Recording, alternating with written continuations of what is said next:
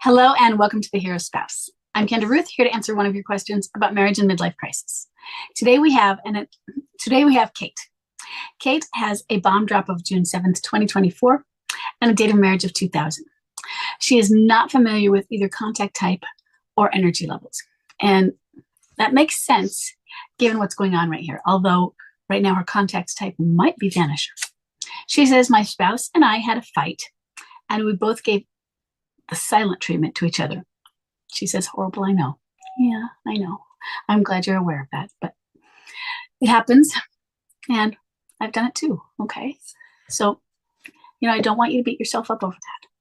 I had a hard time with his job. It was killing him. He decided he needed a night at his parents. Okay. And he hasn't come back. I'm recording this on February 1st. And bomb drop was in June. So we're 7 months later in a night with his parents, and he hasn't come back. He won't talk to me or see me. He just disappeared, and his family has only said he rented an apartment. I don't even know what I did, except complained about his job, which is killing him physically and mentally. But I'm the problem? Help me, is this MLC? He's never acted like this in 24 years. So, Kate, you may know already that this isn't even enough information to tell you whether it's MLC, and you might not have enough information if this is all the information you have. So, let's look at some things. First thing, your length of marriage fits, okay? So his age most likely fits midlife crisis. I want you to look at a couple of other things. I want you to look at his background. What trauma levels did he have? Okay, so think about the trauma levels, because the more trauma a person has, the more susceptible they are, especially childhood traumas. Then I want you to think about what kind of triggers he might have had in the 3 years leading up to bomb drop, or to bomb drop being you had a fight and he left. Okay. Oftentimes 3 years at the outset, but sometimes it's only 2 weeks. Triggers are things like the death of a parent, but it could be the illness of a parent. It could be the death of a friend, illness of a friend. It could be job changes. Sometimes there's triggers that happen and we aren't aware of them because they're kept secret. Some things that we just don't realize are as tumultuous to them emotionally. So sometimes we don't know the triggers. Okay, but what kind of life-changing events or shocks might have happened? And this could be acts of God, your house burned down, that sort of thing. COVID was a giant trigger for the world. So that would be another prime example. So think about what kind of things might have happened that could tip him. And we're not going to find all of them. Okay. I can't figure out the trigger for Chuck. Think about that.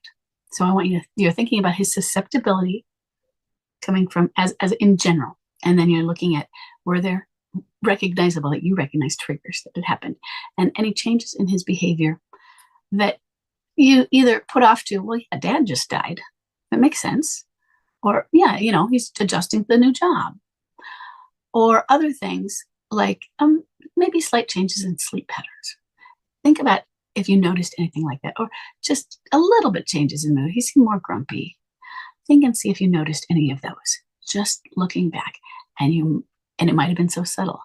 Either you noticed it later when you think about it now, or even now you're like, other people might have noticed. Maybe no one noticed, but maybe it was there. Okay, and it's okay. So I want you to look at those. Then I want you to make sure, if you haven't already, to take the midlife crisis quiz. But if you don't have the information, it is more difficult with a vanisher, especially with a situation that is as sudden as this, saying no recognizable trigger. It's just bam, spouse left. And there is the possibility that that fight was deliberate. Maybe he had been planning to leave or trying to find a way to get out. And so he manufactured an argument as an excuse to go. So again, with that, I want you to take your guilt for having the argument and alleviate some of it, because I can't tell you, but that might have been part of a plan. It might not have. Okay. and he gave you no information. It was so sudden. Whereas a lot of us get information. Some of it is just leading up to information, and they continue to have contact information, and they tell us it's all your fault and you're horrible and blah blah blah. And then there's an alienator, and then they show mixed messages and they're confused, and we see changes in them. We see changes in their moods and behaviors, and they act crazy. And that's feedback also, even though they're blaming us. Like, yeah, but you're crazy. So you're not, that thing you just told me that it was my fault.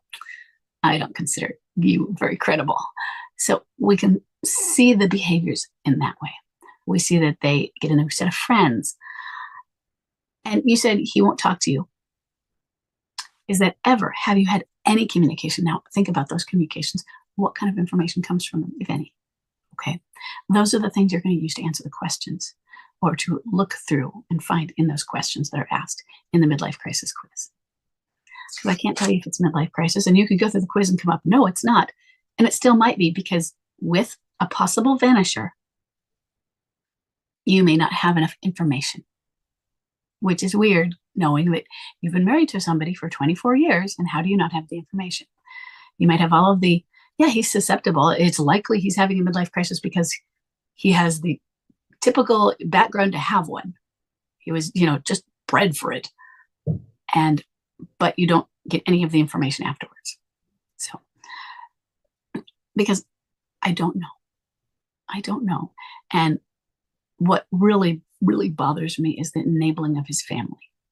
The enabling of all they're telling you is he rented an apartment, rather than being a friend of the marriage, rather than saying, marriages are meant to be fixed and healed. And if they can't be, you at least communicate. You get out of a marriage by earning your way out, and you earn your way out by working hard to heal and try to stay in and repair. And when you are not able to do all that and get it fixed, you know that you both have worked hard to do it. And with us as standards, some of it, it's more like we know one of us has worked hard, the other one hasn't. And at least we've done our part. Okay. So I can't answer it for you that he's not, because sure, he could be. But there's just not, but the information isn't there. And I think you know that. I wish I could tell you. So what do? You have to heal. If you're not in therapy already, I'd like you to get some therapy so that you have somebody. So you have somebody to talk to, so that you have somebody to comfort with you, so that you have somebody to also go over. Well, I gave him the silent treatment. Was that a regular pattern going back? So how do you heal from those patterns going forward? Especially when you don't have him to practice with. Okay. Get through some of your guilt, which may or may not be earned. If he manufactured some things and tried to get you to be that way, he manipulated you, then, that might not be guilt that you've earned. But I want you to I do want you taking the accountability. You did the silent treatment, those sort of things, and figure out what you need to do in the future to find a better way. And see what else you can do. As a standard, you can heal. If you can figure out where he's at, or any type of grapevine, maybe that's how you get some messages. And I don't mean like official, like, hey, Sally, can you give a message to? But somebody else notices you, and you can't control it, but they happen to say, I saw your wife yesterday. She looked really good. That's, about, or it just happened to be, not because you planned it, but you happen to be in the supermarket at the same time, and they bump into each other. That sort of thing. Some of these are just not in your control, and their luck, and somebody else does you a solid, not because you asked them. And what you want, the information you want them to see in you. Or now, let's say you haven't said you have kids, which would be the standard way you would have some form of communication. So I'm going to assume that you don't. But there are still maybe some functions where you would be at the same place. You just see each other. You're across the room. He's over there and she's here, and some sort of a reunion. You see each other. You don't go over to each other, but you see each other. And that's okay. Okay. And you don't have, you just make sure that you look confident, you look beautiful, you toss your head back to whoever you're talking to, or you're talking to somebody, and you laugh. You don't eye contact him. You might say, hi. If he comes over to you, you could go over to him, but you go over confidently. It's like, hi, I hope you're doing okay. Not, oh, I miss you. Or it's nice to see you. That's great. You could do Facebook. If you are friends on Facebook, you could like things, little subtle things, but not everything, not all in one day once. And then next month, another one. Very subtle. Okay. The next thing is go look up Smart Contact. It is an acronym, and it is by Marriage Helpers. So look it up on YouTube because they have several videos on Smart Contact.